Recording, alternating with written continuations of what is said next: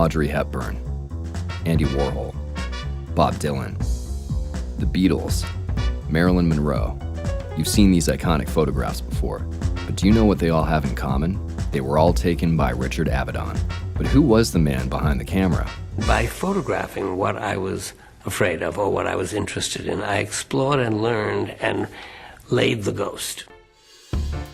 Richard dropped out of college and enlisted in the U.S. Merchant Marines during World War II, serving as photographer's mate second class and taking identity photographs. I must have taken pictures of 100,000 faces before it occurred to me I was becoming a photographer. Avedon then found a job in a department store where he was discovered by Alexei Brodovich, an art director at Harper's Bazaar. Brodovich was very much like my father, very withdrawn and disciplined and very strong values. He began freelancing for the magazine at 22, with Brodovich acting as his mentor. Initially denied studio time, the streets of New York City became Avedon's backdrop. His talent, even then, was undeniable.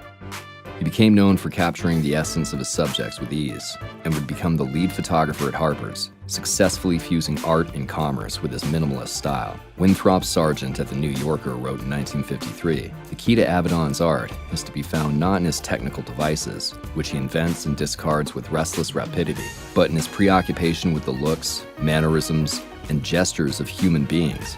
His studio was run like a theater, and Avedon was its director, creating a world for his subjects to inhabit. It was a method that retired the idea that portraits must be posed and perfected, instead embracing his subjects' flaws, encouraging them to move in front of his lens. This was a very daring move in many ways. I mean, he was being a rebel and attacking the medium in which he was operating. But while Avedon's work was revered by mainstream luminaries, he was also a documentarian of the 1960s counterculture.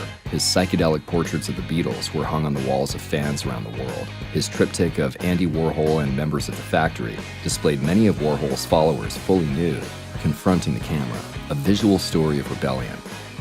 Avedon would eventually leave Harper's for Vogue, where he remained for more than 20 years, cementing his reputation as one of the most sought-after photographers in the world. But by the 1980s, Avedon's interest in fashion photography was waning. As he put it, he longed to photograph people of accomplishment, not celebrity, and help to find the difference once again. In that case, in the case of many of those portraits of political figures, I just left them alone. His work extended into political and cultural movements, as well as reporting. He had photographed the American Civil Rights Movement in the Deep South and had embedded himself with troops during the Vietnam War. He traveled the Midwest over the course of 5 years, photographing over 700 farmers, miners, truckers, and factory workers. Released in 1985 as the book In the American West, Avedon considered it his most significant body of work. In 1992, he became the first staff photographer at The New Yorker. His ambition to reveal an essence of truth from his subjects remained.